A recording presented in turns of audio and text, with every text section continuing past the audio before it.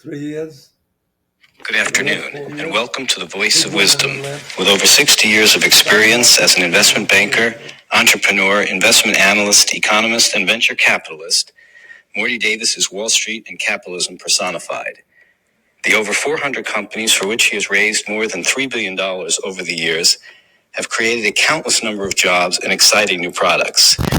Through the Voice of Wisdom, Mr. Davis explores, analyzes, and debates the most topical, political, economic, and social issues facing our world today. Joining Mr. Davis today for a discussion on the recent assassination attempt on former President Trump and the start of the Republican convention is Len Carter.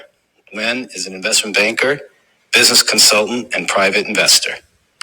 And now, Mr. Davis and Mr. Carter. Welcome back, my cherished cohorts, participants in this podcast. I love you guys. You make a major contribution. I'm called the Voice of Wisdom. When my wife was alive, we had for years before that, we had our own radio program on WEVD. It's now, I think, it turned into another station, a much bigger, more important station. But anyway, we were on for years, and I used to be on another station as well, on WMCA, on Saturday nights. So she came along, and I did the talk show. It was called Morty Davis, the Voice of Wisdom. And she joined me. And while I was doing the program, she brought me coffee. She was so nice, she was great. Then one Saturday night, she says, why am I just being like a servant or a slave? So she said, she made up her mind she's going to participate. And she started talking, and after that, I hardly ever got a word in edgewise. But she was, after that, my daughters renamed the program. We have 4 daughters.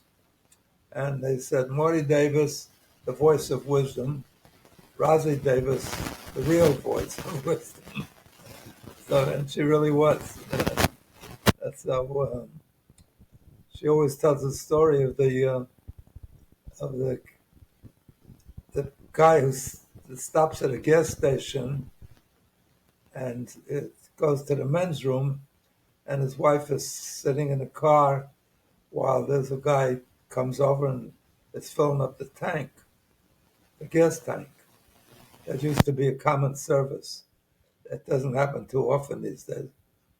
But anyway, when her husband comes out of the men's room, he sees her talking to this serviceman who's filling up a tank. And he says to her, what do you have so much to talk to this guy? You just met him? And she says, no, he was a boyfriend of mine when I was in high school. He was a great guy. She said, you see, if you would have married him, you'd have been married to a guy who's filling up gas tanks. She said, no, you got it wrong. If I would have married him, you'd be filling up the gas tanks and he'd be the top executive of the firm. So she always made that the wife is so important. So that's a good story because behind every successful man, inevitably there's usually some great woman. Because if there's not a great woman behind him and she's destroying his life, it's very impossible for him to achieve great results. So anyway, before we go into the weekly aggravation, the subjects of the week, which are generally, as I point out, bad news. All headlines are bad news. Good news never makes the front page. I never saw a front page where they said Len Carey graduated summa cum laude, Phi Beta Kappa, and is now going on to get a PhD. That's good news. Nobody cares. But if somebody killed 12 people, and particularly if he's eating the corpses, if he keeps them in the freezer, that gets a headline. Just murder no longer gets a headline. And people that donate $100 million to a college no longer get the headline. Once in a while, if there's no other news and somebody gives $1 billion, it might appear. But mostly the news is about wars that are going on, about killings, about shootings at schools. It's really it's a downer, and the political events that occur, the nastiness, the divisiveness that we have between the parties and between members of of one's family, even or best friends. So many friendships have broken up recently by virtue of the differences in their political views or who they back. So our discussions inevitably every week are about those subjects because that's what interests people. No newspaper ever made it big by giving, upbeat news. So before I go on to the news that stresses us out and in many cases aggravates us a great deal, I want to mention something that you should all, because I care about my audience immensely. I love you guys very much, and I want you to be happy. Some rabbi I watched this morning was saying there's plenty of smart people. We don't need more smart people. So I was surprised by that statement. And then he said, what we need is more compassionate people, more people that smile and give love and give help. And that's true. Smart people, often are very good for themselves. They know how to make a lot of money. They own yachts and private planes, but it doesn't mean they're necessarily doing good works, helping the world. So I want you all to be happier. And my goal in life really is what God instructed us each to do, to change the world and make it a better place for all humanity, for the Jewish people and for all humanity, indeed for all humanity. And so, to the extent that I could, I wrote this book, Happiness Guaranteed, right here. It's in front of your screen. Happiness Guaranteed or Your Misery Back. And at the bottom it says, how to be happy no matter what. And it's 365 pages, one page for every day of the year, with humor, with jokes, with ideas of how to be happier. And the first and most important idea is make up your mind that it's up to you. Nobody else is going to make you happy. They may contribute to your happiness if they love you, your wife, your children, but you got to make yourself happy. You could have the greatest children and the most wonderful, lovely wife, and you could still make yourself miserable, focusing on the wrong things. So I want to tell you, every day that you get up, count your blessings. Make sure you think of your blessings as something very positive. And even during trying times, look to the future and think how many good things are going to be forthcoming in your future life. that this adversity you're going through at this juncture is only a small, accident on the way to a better life, and make your life better. As one philosopher that I enjoyed talked about happiness and about winners. He says winners, winning people are losers that never gave up, that they just kept going and trying, and you got to become that way. Don't give up. Make up your mind you're a winner, and you will be. Have a dream and work towards it. And make sure the dream is realistic, because look, I dream about being Elvis Presley or Frank Sinatra, but if I spent the rest of my life taking singing lessons and music lessons, it's outside of my talent. So, but pick something that's within your range of talents, and you'd be surprised how many talents you have when you start to look for them and try different things at high school, at college. So be a winner by never giving up. And so the best way I can encourage you and help you to become happier is to get a copy of this book, Happiness Guaranteed, or Your Money Miserably Back. Because everybody who's gotten it, whether they got it by gift or purchased it, everybody at least who's contacted me, written to me, has thanked me and said it's made a great deal of difference in the level of their happiness, in their having a smile on their face all the time and so forth. So please get this book, not because I want more sales, because I give you the best deal ever. On TV, if they want you to try some pharmaceutical product or supplement that they think will help you and want you to try it, they say, just get it.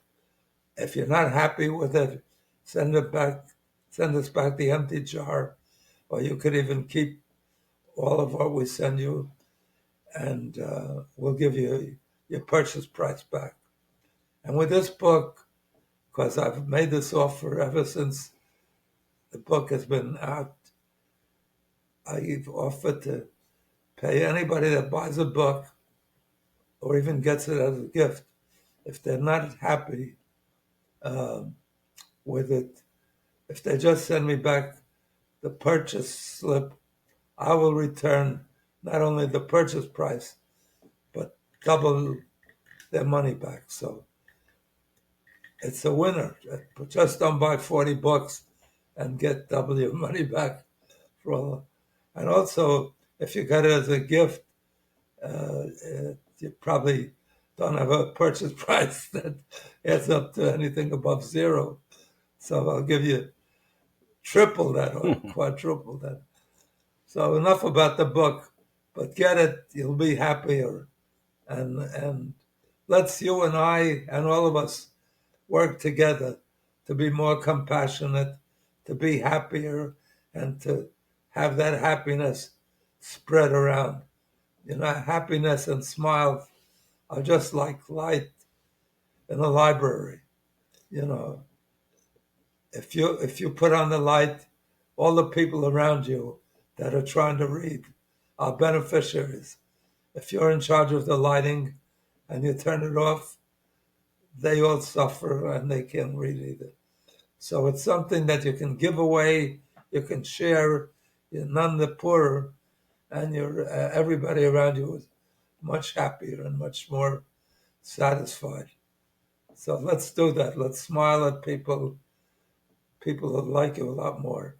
I love you just because you're on my talk show, on my podcast every week. And even when you're critical of me, I love you because you take the time to give me your ideas, which help me think and rethink my ideas. So without further ado, let me introduce a guest I've had back recurrently because he's so good. He's such a genius. Like me, he graduated from the best business school in the world, Harvard Business School, and he has a master's from Harvard Business School with distinction, the top of his class. And before that, he received an engineering degree from a great school, an Ivy League school, Cornell University, and he graduated as an engineer with honors. And then he went on to, before he went on to Harvard Business School, he went on to another fabulous school, one of the top schools in America, Stanford University, and got an advanced degree in electrical engineering. So I always enjoy having him on, even though he's always arguing with me and critical of many of the things that I say. But what he says is always worthwhile. And he puts together the challenges when he's on for the program. So without further ado, you don't have to listen to me anymore. Thank you, Morty. Len? So we've had a lot happen in the last week since we had the last show and had a guest.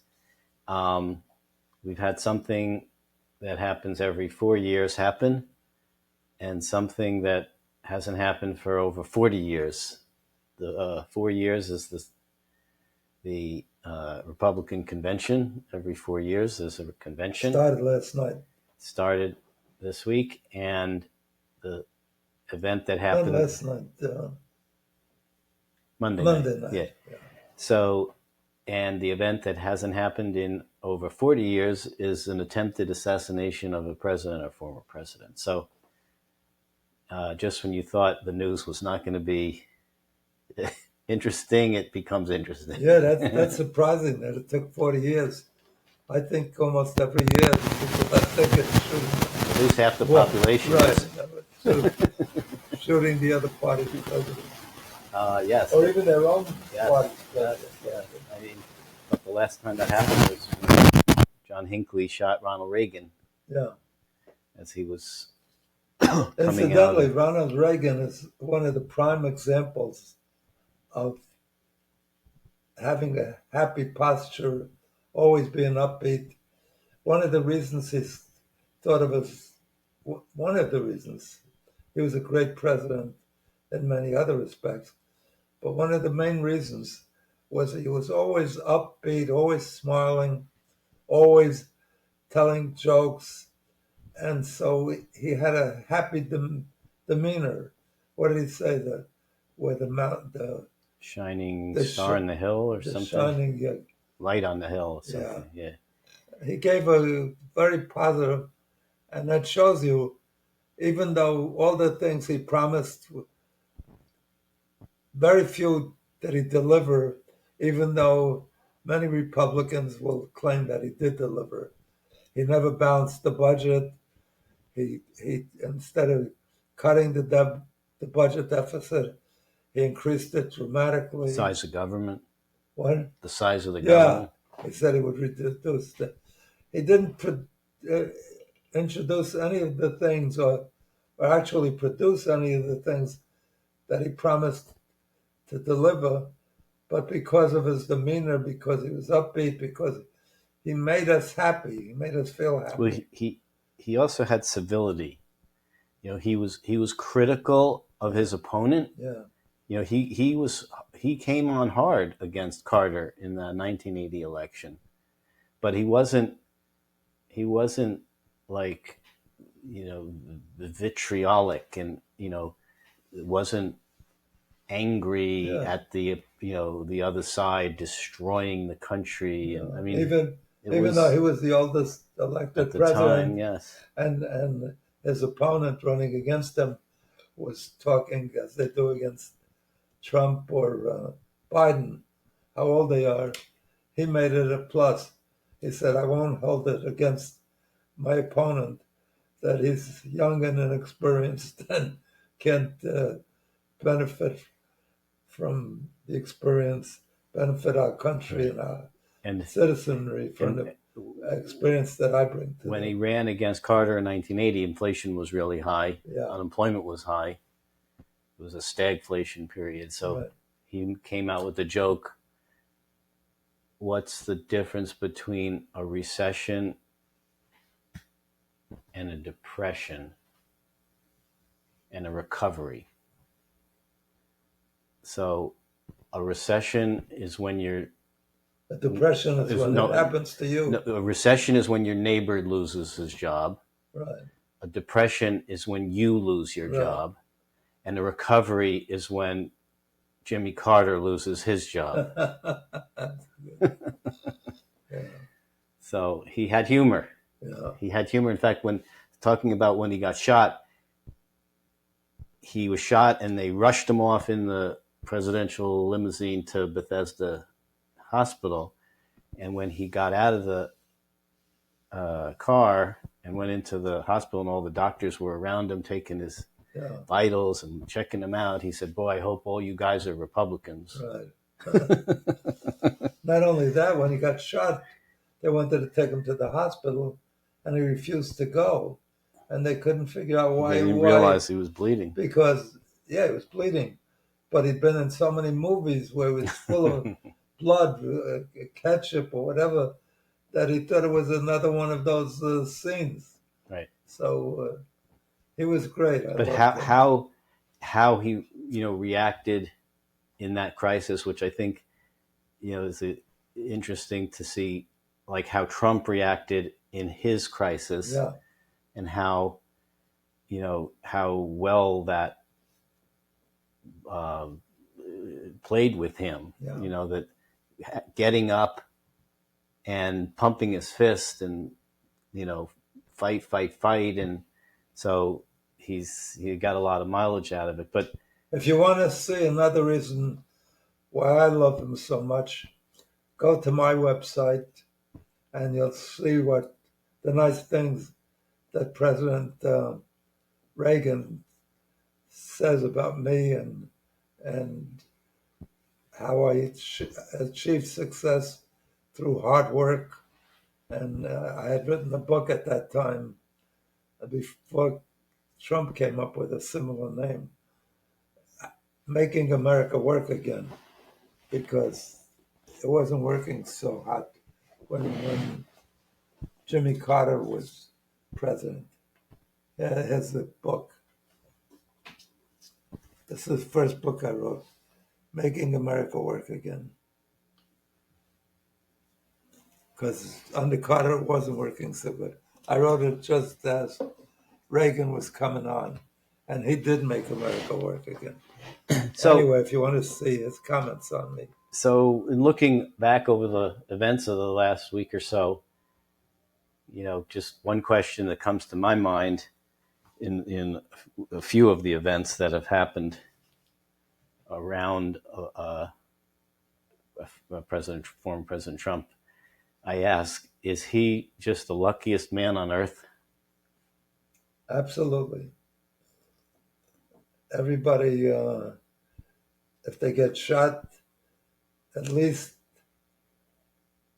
they get wounded seriously, or and as a matter of fact, the life insurance on presidents should be higher than on other employed people. Hazardous duty. What? It is a hazardous duty for sure. Out of 40 some odd different presidents, 4 were killed by being shot, and others were shot at but not killed. And Reagan was not killed but certainly wounded. So it's a hazardous job. Why they fight so hard to get it is remarkable. So what was the question you asked? So Is he the luckiest guy? talk about dodging a bullet, Right. right? I mean, literally dodged a bullet. Yeah, not only that, it seems to have been of help to him in his presidential run, a campaign, because he's won sympathy. He also can demonstrate that God is with him, God is on his side, and he came back full of energy and was able to work hard the very next day. So it puts to rest the question of his age even. So he's going to have a big jump in his polling, the next poll that comes out. And look what the Teamsters president said. You may like him or not like him, but he's one tough SOB. Right. And the Teamsters the Republicans almost never get any union backing. And Biden has been one of the strongest backers of unions, so much so that when earlier this year or last year, the auto workers went on strike, Biden marched with them. Yep, only president to ever do that. The only president that marched with strikers, right?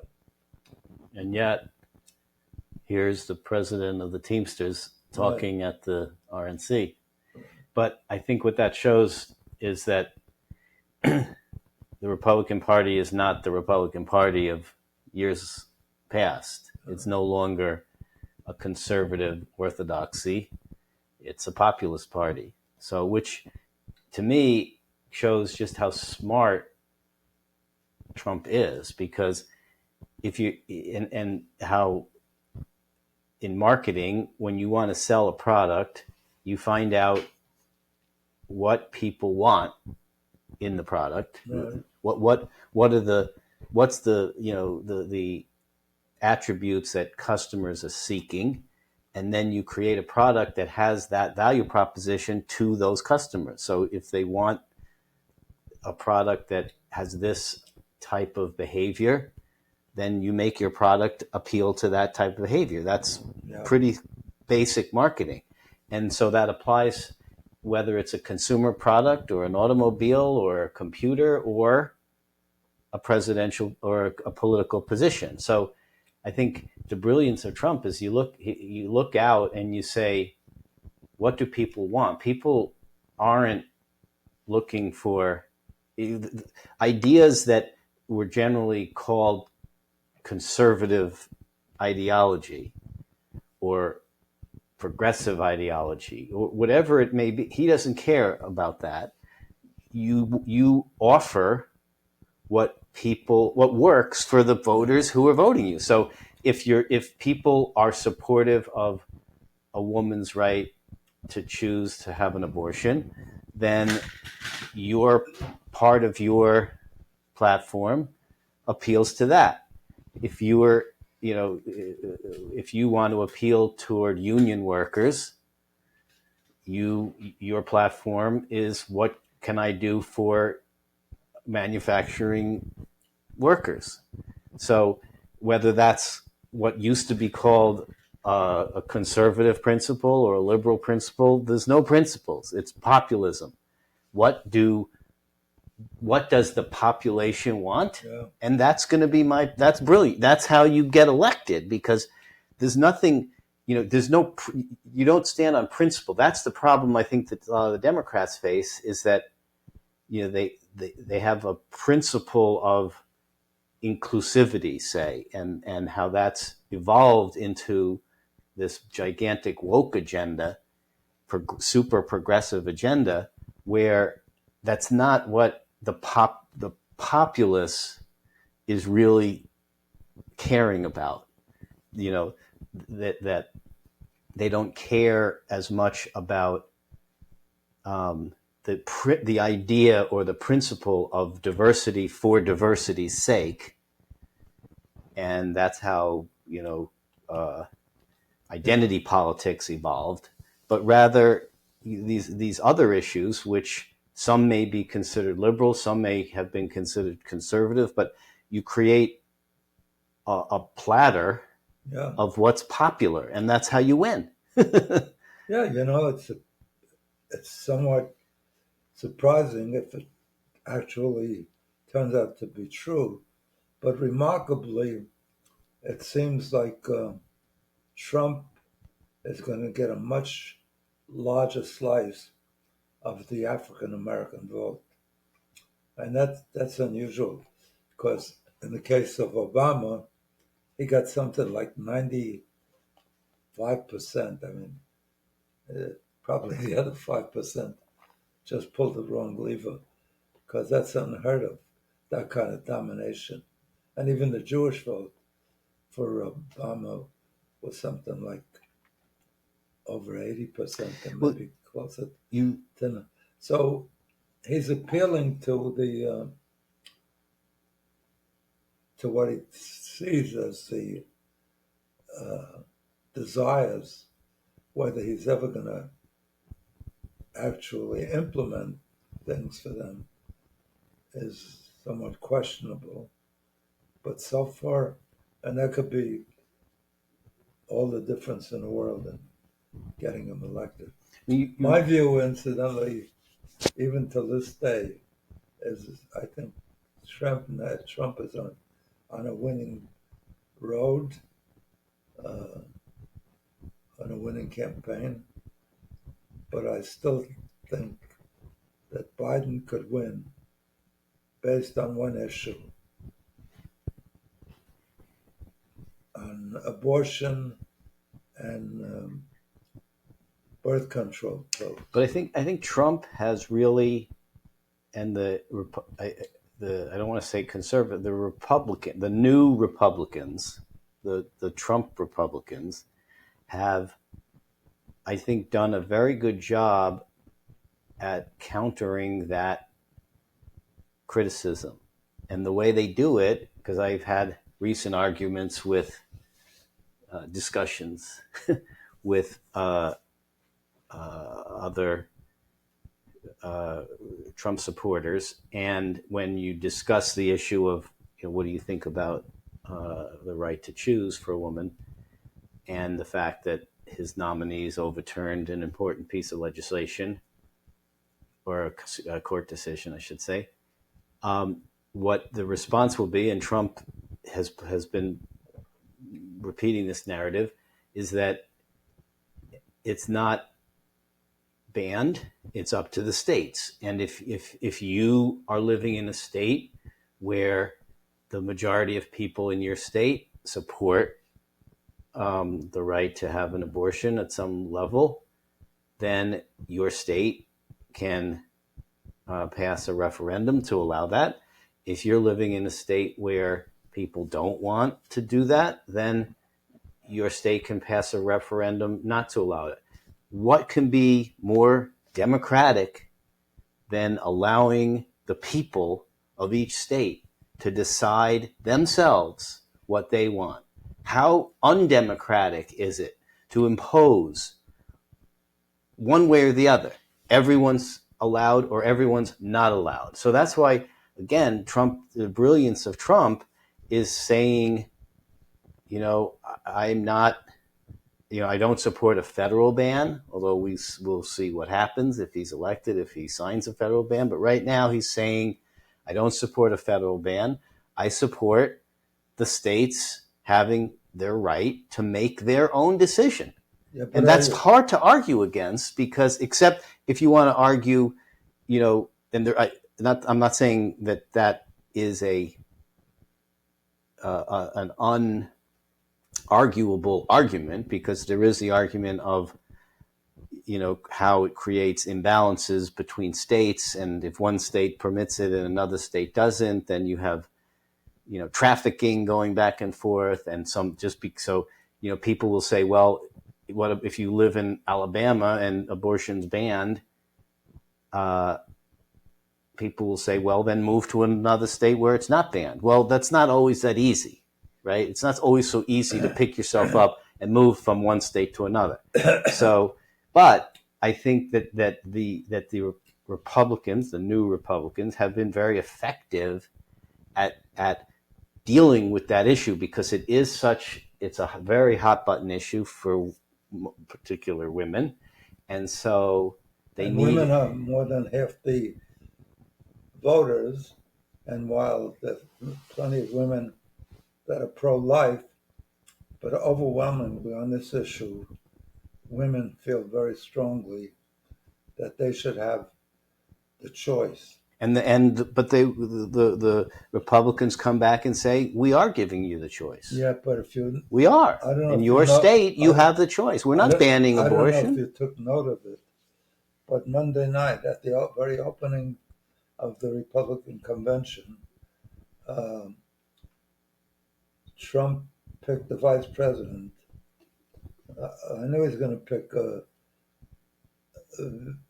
Vance, because it saves him a lot of printing costs. Because Pence and Vance is almost what do you call it? Almost the same. So Vance, or Pence, I don't know. But Vance is he's very conservative.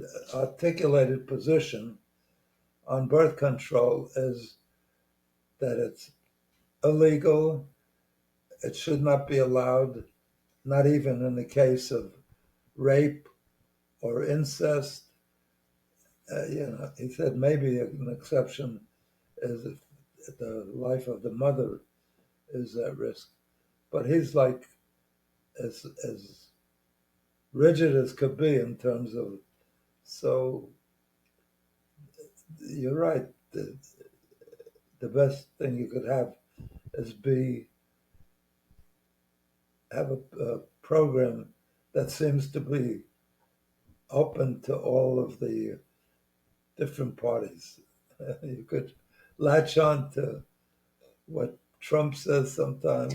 Yeah, I mean, speaking of Vance, that's an interesting point, that on that issue, in terms of position, the two are not really in line. Trump being much more state control, not federal, and that kind of thing, and Vance being much more traditionally conservative on that. But I think that goes to how and why Trump picked Vance. It wasn't because he agrees with Trump on issues. I don't think Trump really cares whether his vice president agrees on issues, because Trump's going to be, he knows he's setting the agenda. It's not, if Trump says, I don't want a federal ban, it doesn't matter what Vance says, it's what Trump says, because people are going to follow Trump, not Vance. So I think it's interesting that it shows to me, like, why did he pick him? And it's clearly not two things. One, what you said, it's not to align on issues. And the other thing is, it clearly wasn't to diversify the ticket, because, you don't need another white guy from, a Rust Belt state, Ohio. Trump won Ohio, I think maybe twice, but definitely once. He's pretty much going to win it again. So you don't need, normally a candidate will pick someone who will round out the ticket, right? You'll pick someone, Kennedy picked LBJ from you pick someone from a different region, a different, Biden picks a woman who's black. So you do that to round out your ticket. Trump didn't care about rounding out the ticket, because I think he thinks Biden didn't pick a black woman, did Kamala Harris. Oh, Biden. Yeah. I thought you said McCain. Sorry. Well, McCain, he picked a woman. Palin from Alaska, yeah. Right? Usually they try to do that, right. But Trump didn't. So he picked someone not even really aligned on his own views, I think the one major, the criteria I think that he used to pick his VP was, in one word, loyalty. I think what he cares in this round about, because I think he's pretty confident that he's going to win, and so he doesn't need to diversify the ticket. He's so confident he's going to win. What's more important than winning, because he doesn't need someone's help to win in his mind, is loyalty.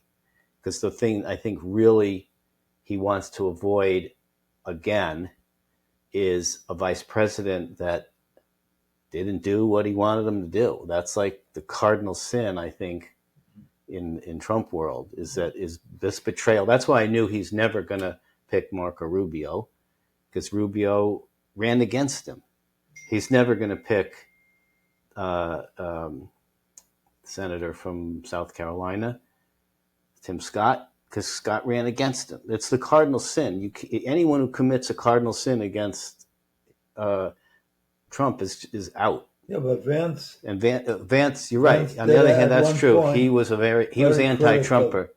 That's true. Critical. That's true. But he converted. Yeah, and convinced Trump that he converted. I guess that's kind of amazing to me. He articulates that. He says, "Yeah, look, I thought of him negatively, but then I realized how great he was. That's a good point. A great president he was. Now that I think about it, I never knew the degree, because that was way back like in 2016 when he ran the first time.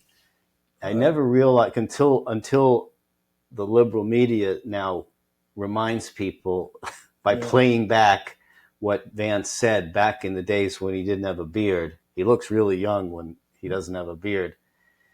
So they're playing that over and over again, and it's pretty harsh. I mean, he was pretty harsh against saying some pretty tough things against Trump. And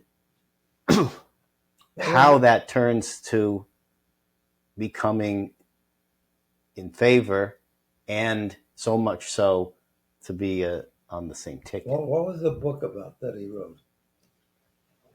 That Vance wrote a book? Oh yeah, he did. I'm not sure. Something about.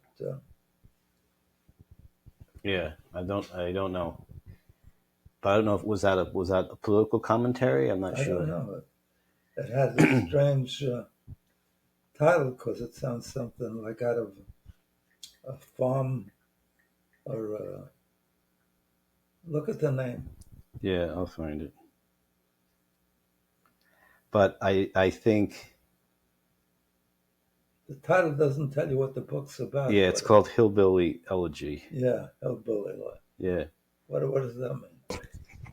We were talking about J.D. Vance and his book, which I think is a bit of a memoir, having grown up in a Rust Belt city and gone to the military, and really a self-made guy. But that seems to be a popular space because there's a number of families that had successful TV programs discussing life in the backwood hillbillies. But it is ducks and all kind of Duck Dynasty, yeah, that show. There's a show on TV called Duck Dynasty. But what is interesting, you're right, is that if running against Trump like Rubio or Tim Scott did is instant cancellation, you would think a history of negativity on Trump would also disqualify you from being on the ticket, but apparently not. So I guess he was convinced that he converted and convinced that he was going to be loyal. I believe they asked Vance at one point, what would you have done if you were Mike Pence on January 6th regarding the accepting and counting of the electoral votes? And he said he wouldn't have done it. He wouldn't have done what? He wouldn't have counted them. He would have done what Trump wanted to do, which was... Oh, he would have done the same thing. Oh, no, he wouldn't have done the same thing. He wouldn't have done what Pence did. He would have done what Trump wanted Pence to do. That's the winning answer. Yes. So I think that's that litmus test he passes, and because of that, and because issues are less important and balancing the ticket is less important, that's unbelievable.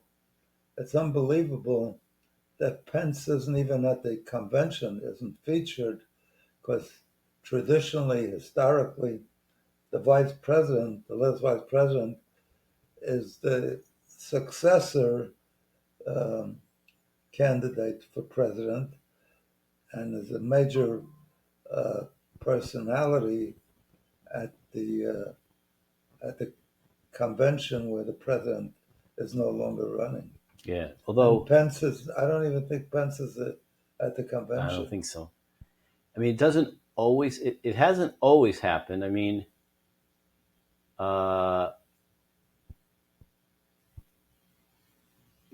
Biden didn't run after Obama. I guess Gore did run after Clinton. So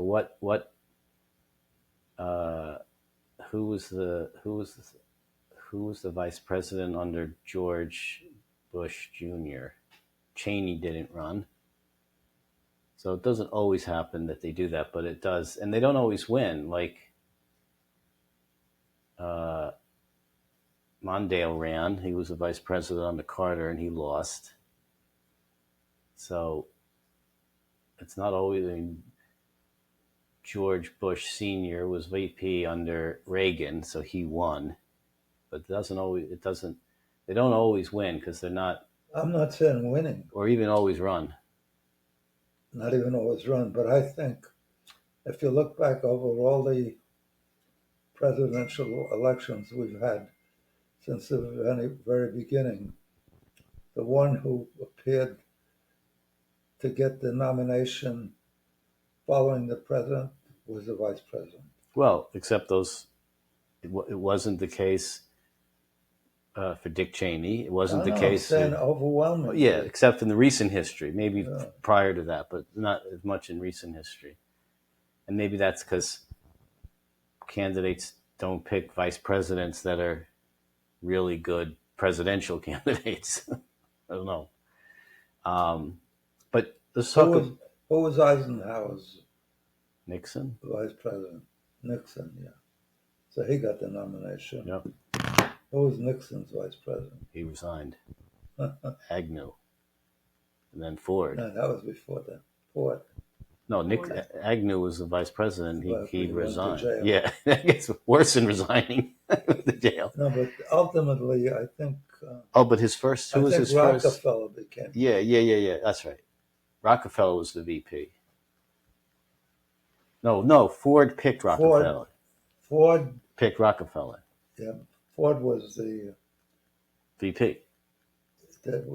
Because Agnew resigned. Nixon picked Ford. Right. Nixon resigned. Ford picks Rockefeller.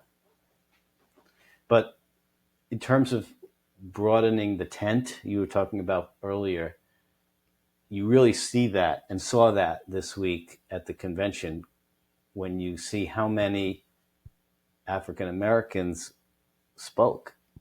You know, you had the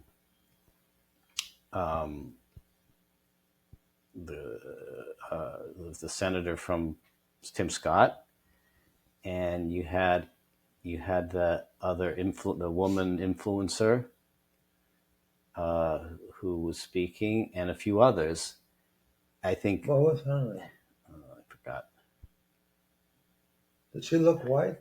She's actually biracial. She doesn't like, yeah, but she was very white.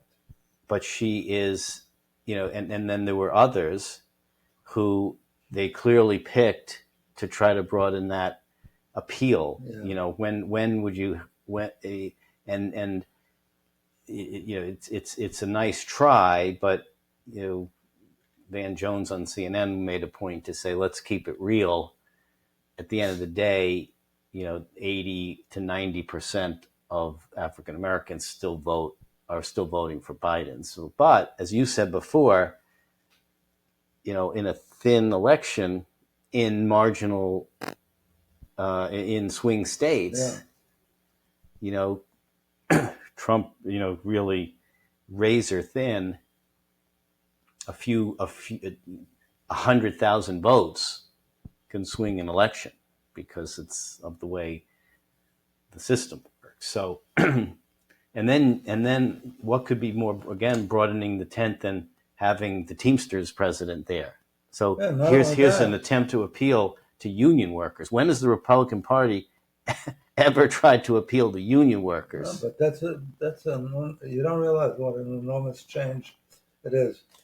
If 100,000 African Americans that voted for Democrats switch, or union workers, or union workers, that's a switch of 200,000. Yep. So that's a major shift. And the reason, and again, it goes to this idea of populism as opposed to issueism, if you will, because to a lot of, say, the union workers, some of their other issues are guns, immigration, trade maybe with tariffs to protect, so it's amazing that guns haven't come up now with the shooting of. I wanted to see what you thought about that as well. Do you think it is interesting because the shooter, used an AR-15 that his father had, I guess, probably, I believe, legally purchased, right? Yeah, it was a Republican, registered Republican. But the kid himself was 20. Purchased the bullets the day before. Legally. He's 20 years old. I don't know if in Pennsylvania you have to be 21, maybe? I guess not, probably 18. So legally, everything legal, Well, that's what's wrong. And I know in Pennsylvania, you're not allowed to shoot an AR-15 except if you're hunting coyotes. And you're allowed to own an AR-15, not allowed to shoot it. So when I found that out, I asked someone, then what do you use it for? And the answer was recreation. So it just shows that this is it's not a question of somebody illegally obtaining a firearm and using it to do some harm. It's legally accepted. Of course, again, the discussion I had with some conservatives recently, centered around the typical narratives, which is mental health, that it's not the gun that was the problem. It's that kid was not mentally stable. No stable 20-year-old would climb on a roof and try to shoot someone unless, by definition, they're mentally not stable. Yeah, but if the guns were not available, they could be mentally stable or unstable. They can't get it. They shouldn't be able to get it. It's outrageous. That's obviously the other argument. It's a sad commentary, even on society, that over time, hunting has developed into not only a sport, but an acceptable and popular sport. Somebody with a gun shooting an animal without a gun, right. A defenseless animal, right? For not typically to eat, for not to eat, and not for sport as opposed for subsistence. In Judaism, it's against the rules, against the laws, if you will, against the directives, to use a gun to guard and hunt animals. Because one of the feelings is, if you kill them, okay, so at least there's an end. Maybe you could use the skins for something, or the meat you could eat. But just to try to kill them, and then if you do hit them and they run away, then you got a wounded animal that's suffering. It's not just killing for food. It's how you kill the food. Because even if you were going to kill a cow with the intention of eating the cow, it's still not always. You can't just kill it in any way. It has to be killed in a special way that supposedly minimizes, the suffering to the animal. So clearly, out in the wild with a gun, you are doing neither of those. But so not likely we'll see any change in gun laws as a result of the assassination attempt. I think that's too embedded into philosophies, and not likely to see. Or what do you think about? You think we'll see any change in political polarization? We did see right after the shooting, even the president coming out and saying, this is wrong, and I think at least for a temporary period, the inflammatory rhetoric has come down a little bit. Yeah. But I wonder if that's Well, truly temporary or if that's really going to have. Even Trump said the way he wrote the speech before he was shot was a humdinger. He was attacking everybody. And now he's calmed it down. And one of his son-in-laws, I think it was his son-in-law, said it. That'd be one of his sons. Sons? Because he only has Kushner's his only son-in-law. In-law. Yeah. Must have been. He only has one daughter. Yeah. So it must have been either Don Jr. or his other son. Said too nice. It was very. People are going to be surprised. Yeah. It has. Well, I was surprised at how kind of subdued he looked at the convention. Rather, just kind of calm and smiling and not really over the top that you might expect. If you shoot a guy, he might have a tendency to change a little bit. Maybe, but he could have come back and been even vicious, more angry. Right. But I don't know. In choosing Vance, the last thing I watched before we got together was they said his two eldest sons were very much against Vance, were adamant against Vance. And the ones that encouraged Vance were Ivanka and Jared. That surprised me. The other ones were more for whom? Did they say? Didn't say. And why were the two sons against? Didn't say. Yeah. Maybe because he was he has a history of being a critic. Maybe they read the book. Yeah. So anyway, we are almost out of time, but let's just one more question, then we'll topic, and we can adjourn. Speculation and no real answer, but just kind of wondering, if you look at what's happened in the market since the assassination. Oh yeah. Forget about the market. His stock. Oh well, that you'd expect. It went up. Yeah, it went up like 40%. Yeah, a true social stock. It made him over $1 billion. Right.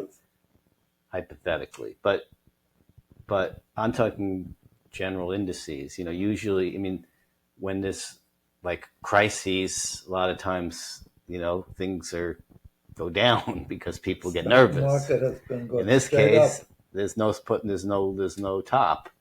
So why is that? You think it's because? Is it because the assassination attempt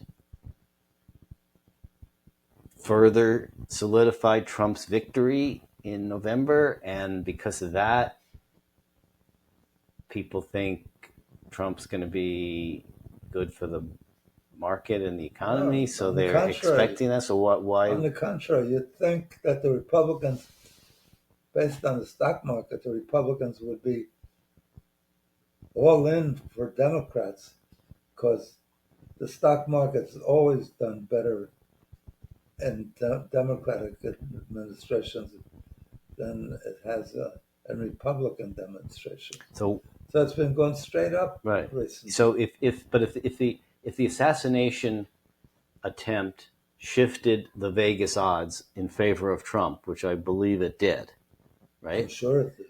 Why would the market go up if a Democratic administration's better for the market than a Republican one? Well, traditionally, I don't know. I mean, traditionally, the Republicans vote against the Democrats, even though the Democrats deliver much bigger returns over the years. So there's something illogical about that. Although I do think that Trump will be good for the market because I think he wants the market to be good as part of his legacy. So he'll support, if he can, more tax cuts.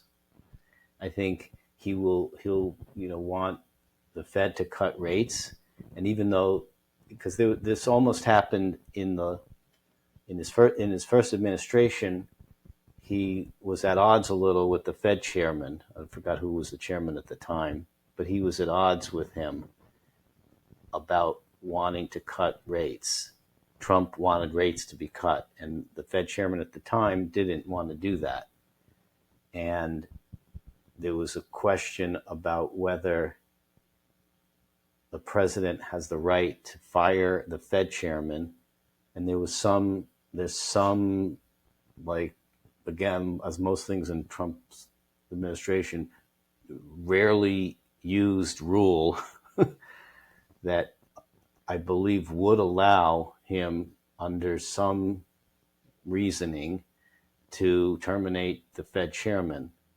And I think this time he will use that if he believes that rates should be cut, and the Fed says no, we don't think they should because of whatever reason, it's not ready yet because inflation's still high and we need to wait a little bit.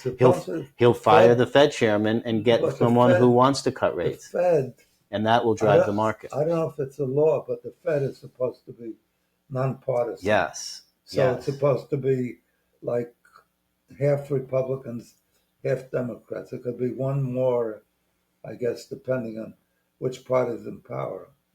But it has to be, and I often wonder why we don't, that's the simplest solution for the Supreme Court. In other words, if there's 9 people, 5 should be from one party, 4 from the other. So you got a much better chance of getting moderate change instead of the major change you got with Roe Wade and other issues. Well, that's because justices are not supposed to be political, but they are. The way to solve it is one. A lot of the what you call different agencies have that.